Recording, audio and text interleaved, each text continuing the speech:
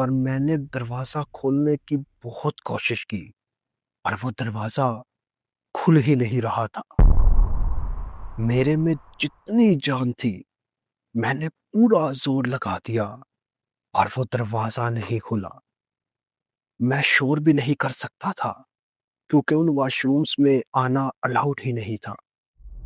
تھوڑی دیر زور لگانے کے بعد میں نے ہار مان لی اور دروازے کو زور زور سے لاتیں مارنے لگا۔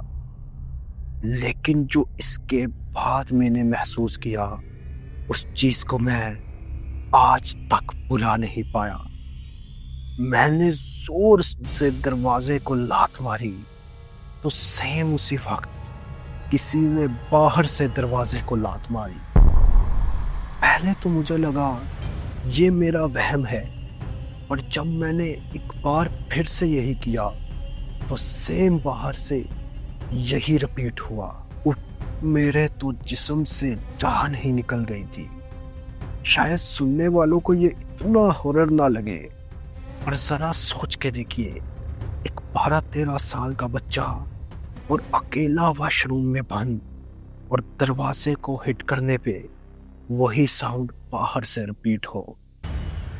میں بالکل سہم گیا اور واش روم میں ہی توبہ کرنے لگا اور دعائیں مانگنے لگا کہ آئندہ کبھی نہیں بنک کروں گا، بس ایک بار یہاں سے بچ جاؤں۔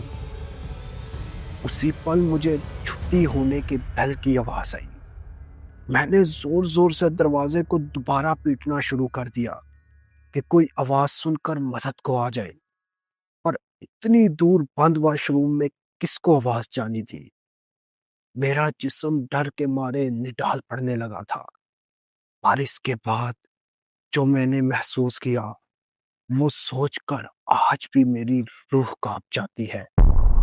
مجھے ایسے لگا کہ جیسے کوئی بالکل میرے پیچھے کھڑا ہوا اونچی اونچی گہری سانس لے رہا ہے۔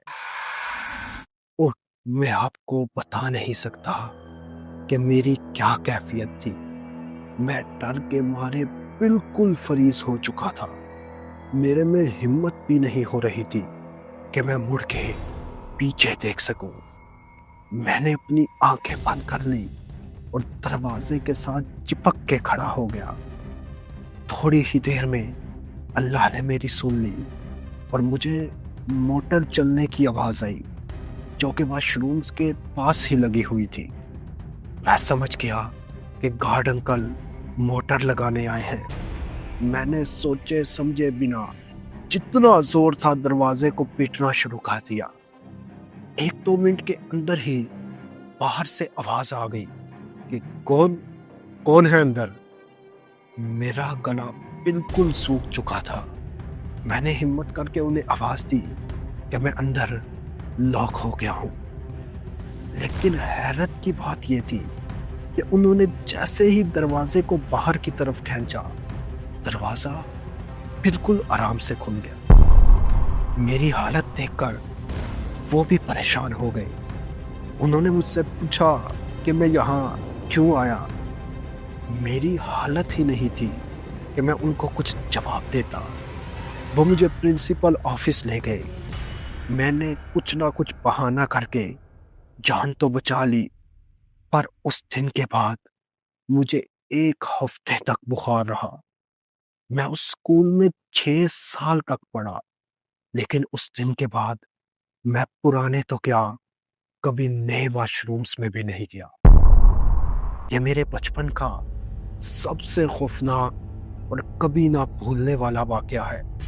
جب بھی میں کوئی ہارر قصہ یا مووی دیکھتا ہوں، مجھے اپنے اسکول کے اس دن کی یاد آ جاتی ہے۔ تو یہ تھا ایک سچا خوفناک واقعہ جو مجھ تک پہنچا۔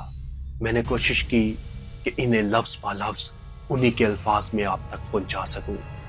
اگر آپ کو یہ واقعہ اچھا لگا تو اس ویڈیو کو ضرور لائک کیجیے گا اور کمنٹس میں اپنی رائے ضرور دیجیے گا، اور چینل کو سبسکرائب کر کے بیل آئیکن کے بٹن کو پریس کر لیجیے تاکہ ہر نیا آنے والا واقعہ آپ تک پہنچ سکے۔ اور اگر آپ کے پاس ایسا ہی کوئی سچا اور خوفناک واقعہ موجود ہے تو میری میل سکرین پر شو ہو رہی ہے، آپ وہاں پر مجھ سے اپنی کہانی شیئر کر سکتے ہیں، میں اسے چینل پر ضرور نریٹ کروں گا۔